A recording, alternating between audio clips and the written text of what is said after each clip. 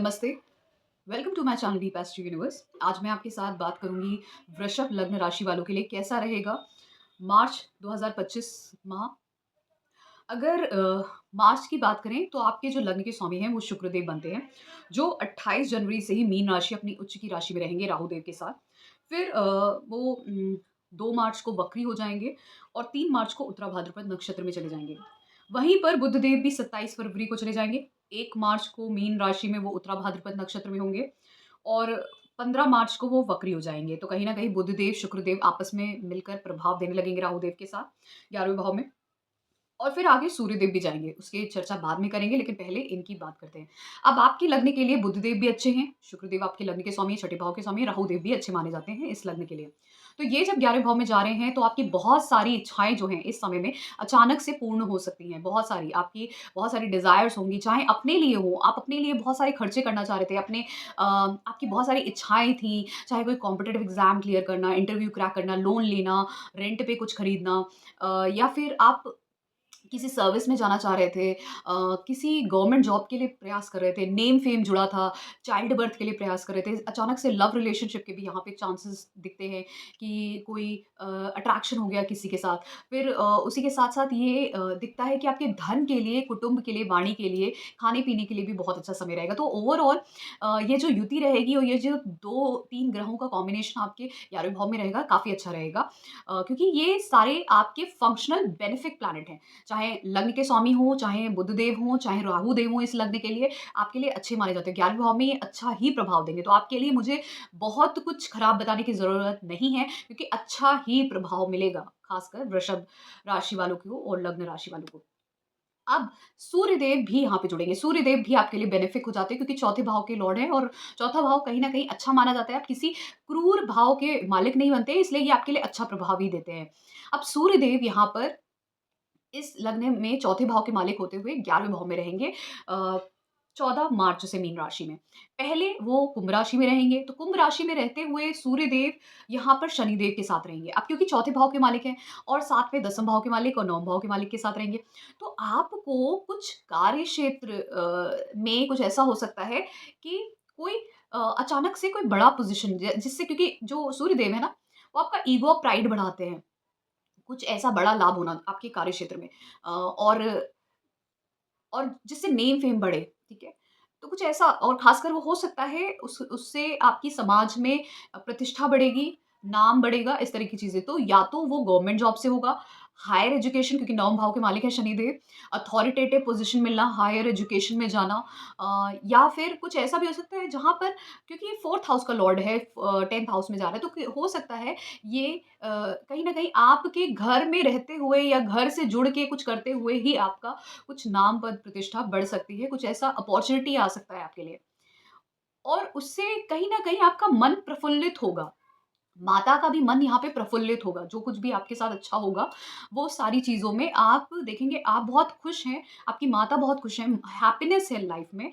लेकिन बस थोड़ा-सा डिस्टर्बेंस कहाँ पे आएगा, क्योंकि युति भले ही आपको एक अच्छा प्रभाव दे, शनिदेव भी आपके लिए फंक्शनल बेनिफिक होते हैं, आपके लग्न के लिए आपको अच्छा ही प्रभाव देते हैं, योग कारक ग्रह हैं। तो यहाँ पर शनिदेव और सूर्यदेव की युति आपको कुछ चीज़ों में अच्छा प्रभाव देगी, लेकिन कुछ चीज़ों में खराब प्रभाव दे सकती है। अब जैसे, क्योंकि हैं तो ये एनिमी एक-दूसरे के, शत्रु हैं, पिता और पुत्र की जोड़ी है, तो सूर्यदेव आपको की माता को यहाँ पे डिनोट करते हैं। घर में अगर आप मेल हैं, तो आपकी हाउसवाइफ को भी दिखाते हैं, ठीक है?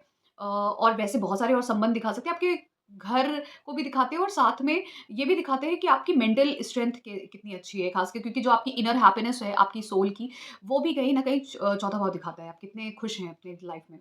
तो यहाँ पर हो सकता है काम का वर्कलोड इतना ज़्यादा हो कि आपका जो जो आपका जो घर का जो काम है ना, वो भी सारा आप ऑफ़िस में जाके करने लगो। हो सकता है ऐसा हो कि ये भी हो सकता है, या तो आप अपने घर पे ही ऑफ़िस सेटअप कर लो, या ऑफ़िस में ही या प्रोफ़ेशनल लाइफ़ में ही रहते हुए घर के काम कर रहे हो। बहुत सारे आपने गवर्नमेंट जॉब में देखा होगा, दिखाते थे टीवी सीरियल्स में, जहाँ पर लेडीज़ जो होती थी अपने घर के काम को लेके ऑफ़िस में आ जाती थी, वहीं पे ही निटिंग कर रही हैं, सब्ज़ी काट रही हैं, वो सब कर रही हैं।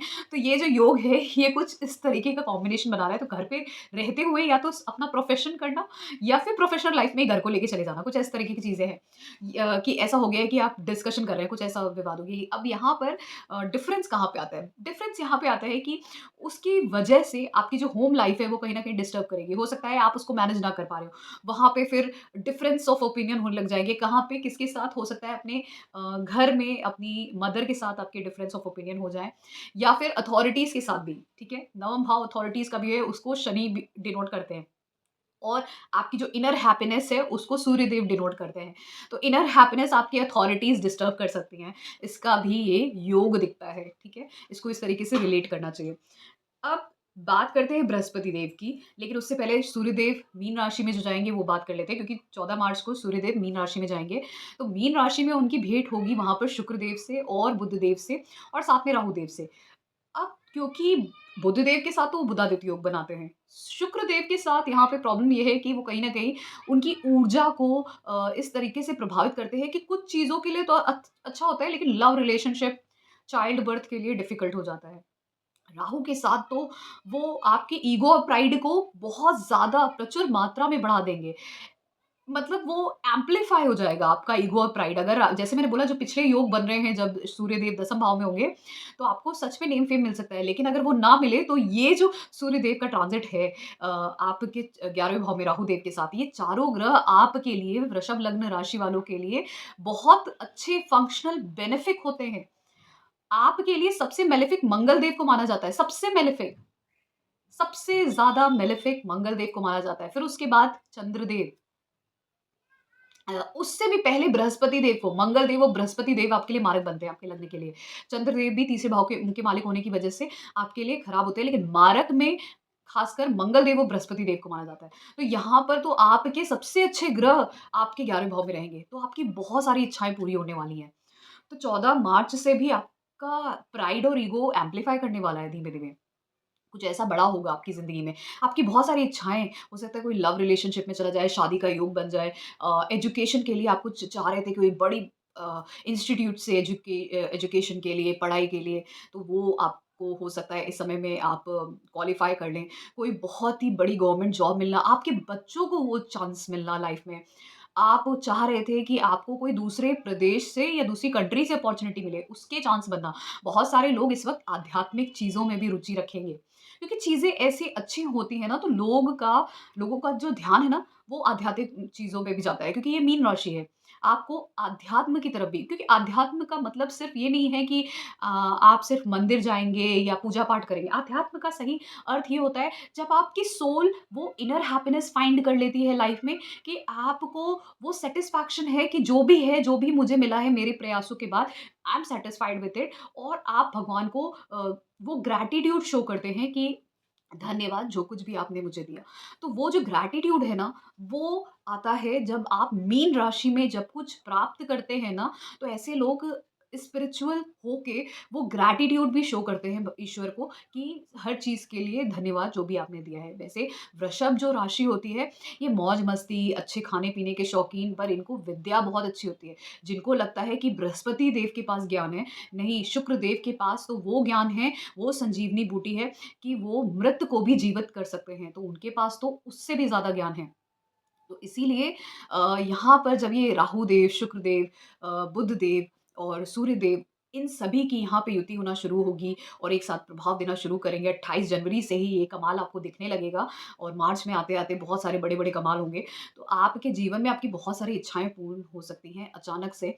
पर ध्यान रखिए जब भी कोई बहुत सारी इच्छाएँ एक साथ पूर्ण होती हैं, तो बहुत कुछ आपको प्लैटर में मिलता है, तो आप समझ नहीं पाते हो आपको क्या चाहिए और क्या सही है आपको सही दिशा में ले जाने के लिए। तो वहाँ पर बृहस्पति देव की बुद्धि और ज्ञान और विज़डम की ज़रूरत लगती है। तो क्योंकि बृहस्पति देव अभी आपके लग्न में ही हैं, तो एक बार ईश्वर को प्रार्थना करते हुए आप उनसे बोलिएगा कि मैं किस दिशा में जाऊँ? क्योंकि आपके पास अब कुछ बहुत कुछ आने वाला है।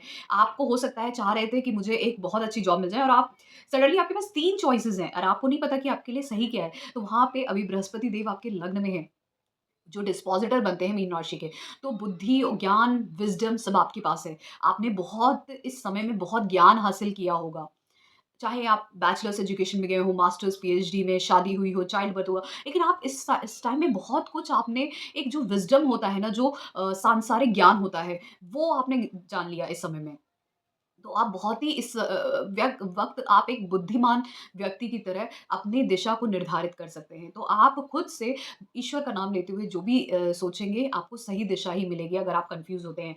और ध्यान रखिएगा, यहाँ पे क्योंकि लग्न में बृहस्पति देव हैं, तो बहुत सारे लोगों ने इन 1 साल में, ये जब बृहस्पति देव वृषभ राशि में आए हैं, वृषभ लग्न के लिए, और ये जब तक कि वृषभ राशि में रहेंगे, आप कहीं न कहीं कोई न कोई एक पिलग्रिमेज ज़रूर विज़िट करेंगे। अब वहीं पर क्योंकि मैंने सभी ग्रहों की बात की, तो अब साथ में आपके मंगल देव की बात कर लेते हैं। मंगल देव मिथुन राशि में रहेंगे, जो आपके दूसरे भाव में रहेंगे। मंगल देव आपके लिए मार्केश बनते हैं, प्रबल मार्केश होते हैं, सप्तम भाव के भी मालिक हैं और 12वें भाव के भी मालिक हैं, और ये यहाँ पे दूसरे भाव में रहेंगे। ये कहीं न कहीं बहुत सारे लोगों के शादी के योग बनाते हैं। शादी के लिए प्रयास करना, जो लोग शादी के लिए प्रयास कर रहे हैं, हो सकता है उनका प्रयास बढ़ सकता है। कोई आपको शादी का कोई रिश्ता आ सकता है बहुत अच्छा। बहुत सारे लोग बिज़नेस शुरू कर सकते हैं।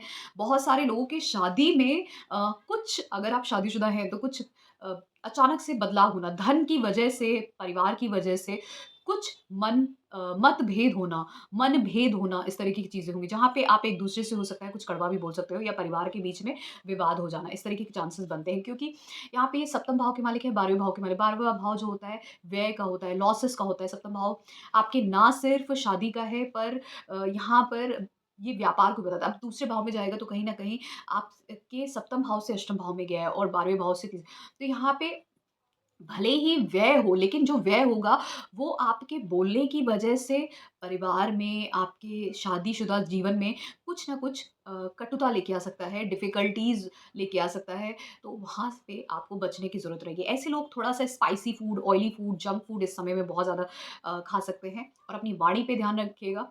ये लोग बहुत अच्छा करते हैं कम्युनिकेशन की फ़ील्ड्स में, इलेक्ट्रॉनिक्स कम्युनिकेशन में, मैनेजमेंट की फ़ील्ड में, बिज़नेस करने में, मैथमेटिक्स जहाँ पे इन्वॉल्व होती है, उन सब फ़ील्ड्स में, आईटी सेक्टर में भी बहुत अच्छा करते हैं ऐसे लोग। तो इन सभी से अगर आप जुड़े हैं, तो कहीं न कहीं बहुत अच्छा करेंगे। फिर यहाँ से दृष्टि पंचम भाव पे, तो आपके बच्चे हैं, तो उनको आप थोड़ा कंट्रोल कर सकते हैं, उनसे रूडली बिहेव कर सकते हैं, तो ध्यान रखिएगा ये रिलेशनशिप में नहीं चलता है। लव रिलेशनशिप में है, तो वहाँ पे आपके बोलने की वज़ह से डिफरेंसेस आ सकते हैं, ब्रेकअप हो सकता है। बहुत सारे बदलाव देखेंगे अपने परिवार में होते हुए। इनहेरिटेंस को लेके भी विवाद हो सकते हैं आपके परिवार में, इस तरीके के भी चांसेस दिखते हैं। और उसके अलावा, लेकिन आपके, क्योंकि नवम भाव में भी दृष्टि रहेगी, अष्टम दृष्टि, तो ये आपके भाग्य को परिवर्तित करेंगे यहाँ से, और बहुत सारे लोगों को हायर एजुकेशन के भी चांसेस मिलेंगे, जहाँ पे वो दूसरे प्रदेश, दूसरे स्टेट या फिर दूसरी कंट्री जा सकते हैं इस समय में। तो जो मंगल देव हैं, उनका प्रभाव मैंने आपको बताया, ख़ासकर आपको अपनी वाणी पे ध्यान रखना है। यहाँ पे विवाद के परिवार में चांसेस बहुत ज़्यादा दिखते हैं, और अपने खाने पे भी थोड़ा ध्यान रखिएगा, क्योंकि ऐसे लोग थोड़ा जंक फूड, ऑयली फूड, इन सब चीज़ों में, और चाय का और कॉफ़ी का भी सेवन बहुत ज़्यादा करते हैं। They intake lot of tea and coffee, क्योंकि यहाँ पर मंगल देव जब भी आते हैं, तो इनको बहुत तीखा और बहुत गरम चीज़ें बहुत पसंद होती, तीखा और गरम। तो कभी-कभार, जैसे राहु देव का होता है ना कॉफ़ी और चाय के शौकीन, वैसे ही मंगल देव का भी होता है, और जब अगर इनकी युति हो जाए ना, तो ये एक्सट्रीम लेवल पे पीते हैं उसको।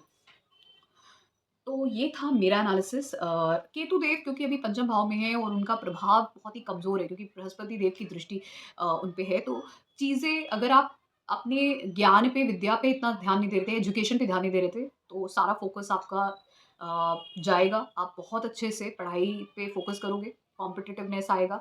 रिलेशनशिप में प्रॉब्लम हुई थी, तो वहाँ पे भी सॉर्ट आउट होंगी चीज़ें, नया रिलेशनशिप शुरू हो सकता है। चाइल्ड बर्थ के लिए सोच रहे थे, तो चाइल्ड बर्थ में भी अगर प्रॉब्लम आ रही थी, तो अब वो सारी चीज़ें जो है ना, सॉर्ट आउट होती हुई दिख रही है, क्योंकि बहुत सारे ग्रहों का प्रभाव डायरेक्ट पंचम भाव पे पड़ रहा है। नाम, पद, प्रतिष्ठा बढ़ने वाली है आपकी, वृषभ लग्न राशि वालों, आपकी नाम, पद, प्रतिष्ठा बढ़ेगी समाज में। तो ये था मेरा एनालिसिस सभी वृषभ लग्न राशि वालों के लिए, कैसा रहेगा मार्च 2025। अगर आपको पसंद आया है, so please do subscribe to my channel, Deepa Shri universe. धन्यवाद।